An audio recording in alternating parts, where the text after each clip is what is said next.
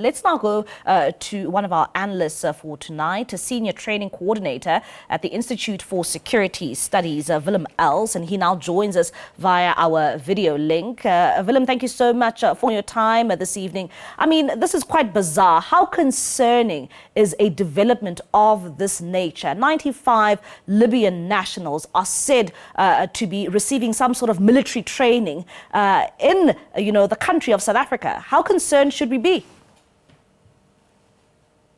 Good evening to you. Like you mentioned, it's early days, and there are currently more questions than answers. The police was not very specific, and they also did not mention whether they've been arrested. So what happens and what happened here is that, of course, the police received some intelligence, and they followed up on the intelligence, and then they raided this facility. So what will typically happen now? They collected some evidence on the scene, and they will have to process that. And then they will have to establish whether what happened and whether this company is a bona fide security training company or whether they actually performed some military training. How damaging is a development of this nature, especially to our country? I mean, not so long ago, we heard about, a raid being conducted at a drug house, or drug manufacturing house, drugs with 2 billion rand. And now, just a week later, 95 foreign nationals from Libya are said to be receiving some sort of training, military training on the country's soil. How damaging is this to the country's image? It is not very good for the country's image. As you mentioned, the organized crime is rampant in South Africa, and they're trying to put a cap on that now with a new government, a new minister, and with his new plan. So that is a challenge.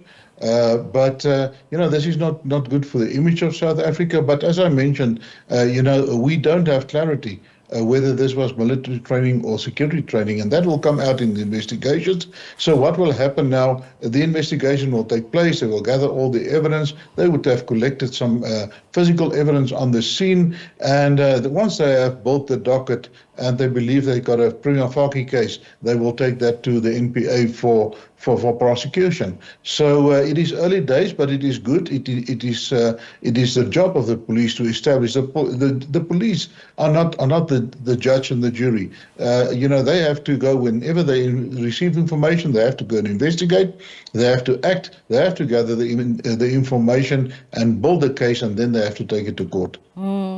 When it comes to the laws in South Africa and specifically looking at training camps of this nature, I mean, we're not sure if it's a security company training camp or whether it's a military training camp. What does the law say when it comes to, training camps specifically for security in our country?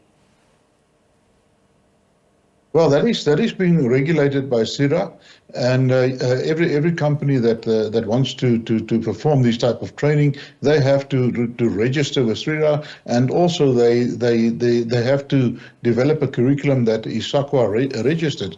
So, according to our information, this company has been registered by SIRA as a training company, a company that train, for instance, close protectors, farm guards. And also game wardens.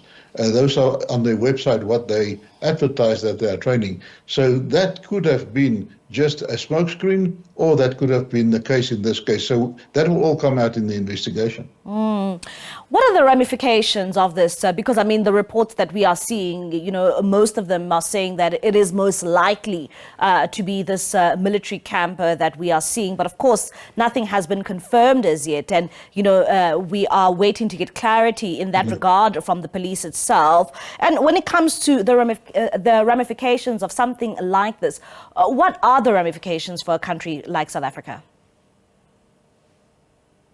Well, in the first place, South Africa is not actually in a position where they're allowed to train these type of foreign nationals, especially if they're coming from a country in conflict. Now, if you just take one step back and you look at Libya, about maybe 20% of Libya is being controlled by the government of national unity. The majority of the land is being controlled by a militia by General Haftar. And then in the south, you've got various militias where also some of them are affiliated with Al Qaeda and some of them are affiliated with ISIS. So it all depends where these people are coming from. Who sent these people? Were they sent here by the government, the recognized government? Were they sent here by the militias? You see, all of that will play a role when it comes out and decisions are being made. Because it won't be good for South Africa to actually train foreigners from militias, especially if they are not sanctioned by the official government or a recognized government of that country. All right, Mr. Els, thank you so much for your time and for your analysis in this very concerning story that we are seeing coming out from White River in Mpumalanga. Today, 95 Libyan nationals have been taken in for questioning, or they have been arrested in that regard. And of course, it's said that it is alleged that they were receiving some sort of military training at a security farm, and that's a place there in Masoi in Mpumalanga.